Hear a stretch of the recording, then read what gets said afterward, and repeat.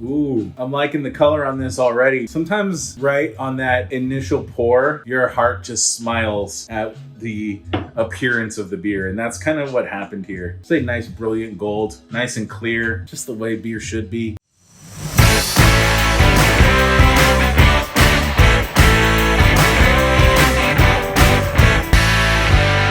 We're going into my personal current favorite style. It's West Coast IPA.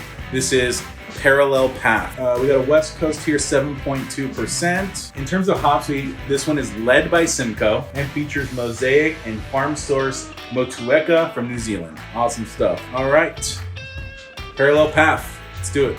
Ooh, I'm liking the color on this already. Just sometimes right on that initial pour, your heart just smiles at the appearance of the beer. And that's kind of what happened here. It's a nice, brilliant gold, nice and clear, just the way beer should be.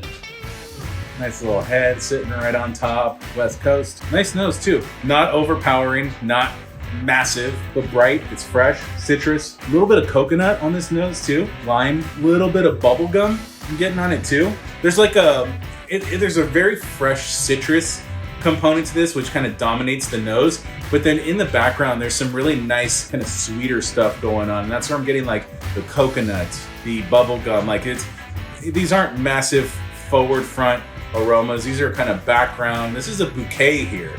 This is a chorus of different aromas coming together into a really nice nose. All right, let's dig into it. Cheers.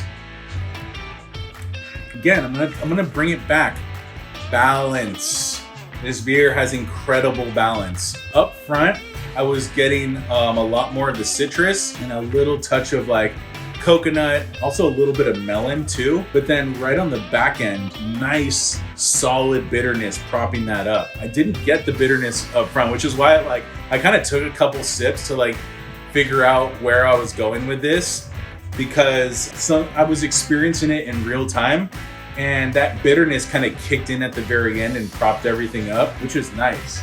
I wouldn't call this a overly bitter beer. It finishes out really dry, and it's got one of those like, and I've kind of said this about other beers here too, it makes my tongue salivate. Like it's got a really nice kind of like olfactory activation where I am getting a lot of kind of juiciness going into my mouth. Like I'm very eager to dive back into this beer. Really cool. A lot of the time I get that it's on a bigger beer, you know, like a double IPA that has like a lot more big upfront hop character. This is a smaller, more balanced West Coast IPA, but it's still giving me the experience of like what a bigger beer can typically do to me.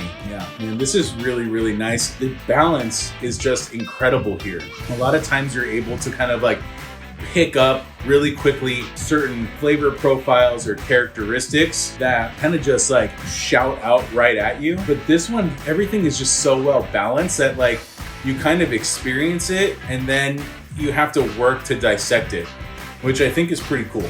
If I was a brewer, that's what I would want to go for. Like I'd want to make people like just drink it and not be like, oh yeah, this is a fucking coconut bomb. I want it to go down in a way where it's like, hey, I just really like that beer.